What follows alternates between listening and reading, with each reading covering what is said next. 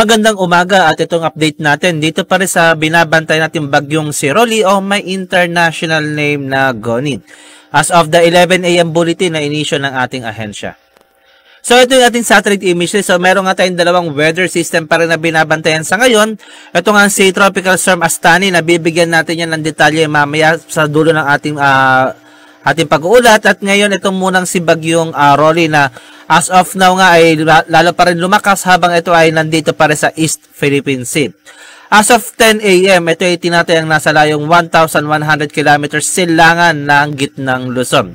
Nagtataglay ito ng hanging aabot ng 165 kilometers per malapit sa gitna at pagbugso ng hangin pwedeng umabot ng 205 kilometers per hour. At ay patuloy na kumikilos na pakaluran sa bilis na 15 kilometers per hour.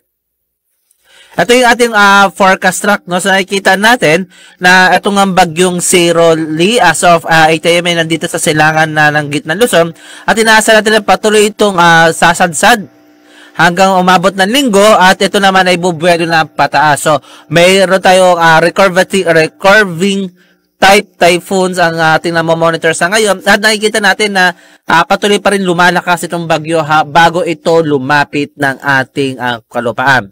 So bukas ng umaga, inaasahan ito ay nasa layo ng 815 kilometers silangan ng Infanta, Quezon.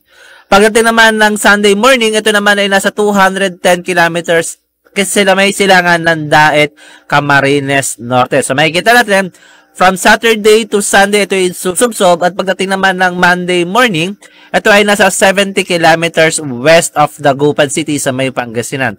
So base dito sa ating forecast track, no, so makikita natin na babaybay ng kalupaan itong si Rolly ng linggo hanggang Lunes. So magiging mabagyo o masungit na panahon ang inaasahan natin sa malaking bahagi ng Luzon, lalo na rito sa Metro Manila, Calabarzon, Central Luzon at diyan sa may Bicol Region area itong weekend. Kaya iba yung pag-iingat ng ating pa rin pinapaalala sa ating mga kababayan. Pagdating naman ng Tuesday morning, ito ay nasa layo ng 515 kilometers sa may kanluran na Dagupan City sa may Pangasinan. So nakikita natin no, nasa labas na ito ng ating area of responsibility pagdating ng Martes. At sa Miyerkules naman, ito ay tuloy na rin kumikilos papalayo at nasa 780 kilometers west of Ibas, Zambales. So ngayon, base sa ating forecast track, no, so nakikita natin na after nitong tumama rito sa may between Quezon and Aurora area, babaybay na to dito sa gitnang Luzon at posibleng nga lumabas in between the Pangasinan and Zambales area. So, pag-iingat at paghahanda ng ating ipinapayo sa lahat dahil nga may panahon pa tayo para maghanda dito nga sa papalapit na bagyong si Rolly. Sa ngayon, meron pa rin tayong nakataas na gale warning dito pa rin sa mga baybay ng Batanes, Cagayan, Babuyan Island, Ilocos Norte, Ilocos Sur, Isabela, Aurora, Eastern Coast of Quezon kasama ng Polillo Island, Northern Coast of Camarines Provinces, and the Northern and Eastern Coast of Albay and of Catanduanes. So nakikita natin, no? So may mga malaking pag-alon na tayong inaasahan dito malapit sa bagyo. So pag naglasa tayo ng signal, pababawasan itong ating gale warning. Then ito ay papalitan na ng Tropical Cyclone Wind Signal number 1. So ano ang ating inaasahan? So tulad doon sa ating nakitang forecast track, no, so patuloy nakikilos doon ng west-southwest ngayong hapon hanggang bukas ng gabi at pagdating naman ng after that, pagdating ng Sunday, ito nga ay bubuelo na pataas. So northwest na direction at ito nga ay papunta na rito sa area ng Bicol Region towards the eastern coast of Aurora and Quezon. Ano nga ba nagiging dahilan kung bakit nagkakaroon nga ng pagsadsad at biglang buwelta ng galaw nitong si bagyong Rolly? Kasi makikita natin dito sa ating satellite imagery na meron tayong range of high pressure area dito sa part na to na pumipigil dito sa bagyo para umangat. At nangyari mga ito ay gagalaw lamang dito kung saan yung track mismo ng ating bagyo. So susundan lang niya itong periphery ng range na ito kung hindi ito mababasag sa mga susunod na araw. So, yun yung mga nakikita natin mga scenario na pwedeng maging mangyari dito nga sa binabantay nating si bagyong Rolly. So, ngayon, meron din kasi nga epekto pa rin itong si Astani, kahit malayo ito sa bagyo, nagkakaroon siya ng paghatak Ngunit yung konsepto ng Fujiwara ay malabo sa mga panahong ito dahil nga masyadong malayo ang sentro ng dalawang bagyo para sila ay tuluyang mag-interact sa isa't isa o magkaroon ng direct interaction sa isa't isa. So, inaasahan pa rin natin na posible ito mag-landfall dito sa Aurora, Quezon area ngayong Sunday ng gabi or sa Lunes ng madaling araw. So, magdedepende ngayon ang magiging weather dito sa malaking bahagi ng Luzon sa pagtama nga ng bagyong ito dito sa Quezon and Aurora area. So, nakikita natin na malaki magiging kontribusyon ng mga bulubunduki ng Sierra Madre sa magiging galaw at intensity ng bagyo at malalaman natin yan kapag malapit ng tumama ang bagyo dito sa Quezon and Aurora area. So, inaasahan pa rin natin na tuluyan pa rin itong lalakas at posibleng ma-reach ang peak intensity between the 175 to 185 kilometers per hour. So, ngayon, yung mga warnings natin ay magdedepende nga dahil nga mahabagal pa rin kumikilos itong bagyong si Rolly at papalakas pa ito over the East Philippine Sea. So, inaasahan pa rin natin ang moderate with at times heavy rains over Bicol region, Visayas, Caraga, Northern Mindanao, and Zamboanga Peninsula. Ito ay inaasahan nga natin dahil pa rin sa paglapit pa rin ng bagyong si Rolly.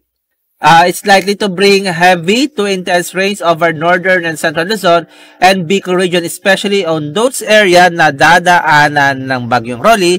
Magsisimula yan bukas hanggang linggo. So, ang tanong, ano ba ang mas malaki? Ito nga ba, ano mas malakas? Ito nga ba dalang hangin o dalang ulan ng bagyong si Rolly? Dahil ito ay isang compact na bagyo o masyadong maliit na bagyo at nagko-concentrate talaga ang lakas ito malapit sa gitna.